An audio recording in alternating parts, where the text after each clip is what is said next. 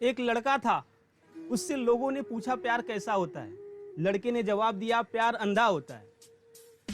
लड़के की जवाब सुन करके जो लोग थे वो सब हंसने लगे, उसका मजाक उड़ाने लगे कि देखो देखो इसे कुछ प्यार की समझ नहीं है, ये कुछ भी बोल रहा है। लड़के ने जवाब दिया हाँ मुझे ज्यादा प्यार की समझ नहीं है, लेकिन मेरी जितनी समझ है उस समझ से मैं समझाना चाहता हूँ प्यार अंधा क्यों होता है। लड़के ने बोला जब मैं अपनी माँ के पेट में था तो उस समय मेरी माँ ने मुझे बिना देखे मुझसे प्यार करना स्टार्ट कर दिया था और इसीलिए प्यार अंधा होता है।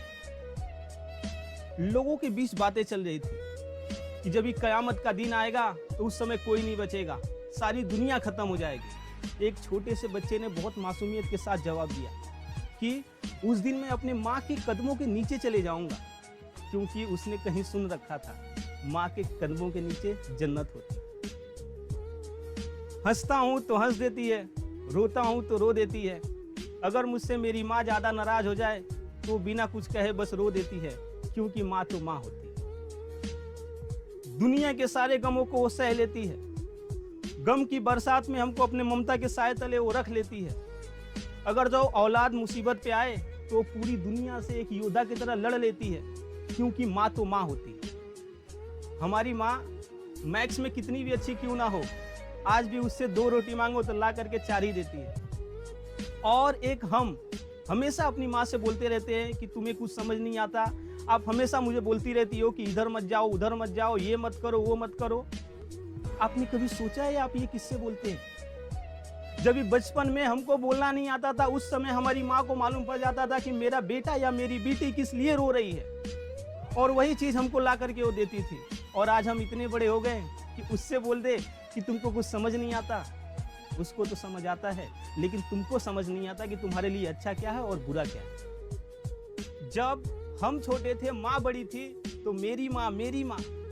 जब ये माँ बुढ़ी हुई और हम बड़े हुए तो तेरी माँ। ये कहाँ का इंसाफ है साहब?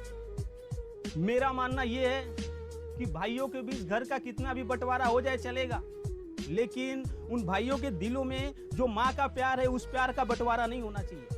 क्योंकि जब माँ ने अपने प्यार को, जो हमारे को देने वाले प्यार को किसी के साथ नहीं बांटा तो आप कैसे बांट सकते हो? मैं ये नहीं कहता कि तुम अपने माता पिता की पूजा करो, हाँ, लेकिन एक चीज मैं जरूर कहूंगा कि तुम कुछ ऐसा तो मत करो जिसकी वजह से तुम्हारी मम्मी या पापा को किसी मंदिर या मस्जिद के सामने खड़ा होने की जरूरत पड़ जाए, खुद का घर होते हुए भी वृद्धा आश्रम जाने की नौबत आ जाए।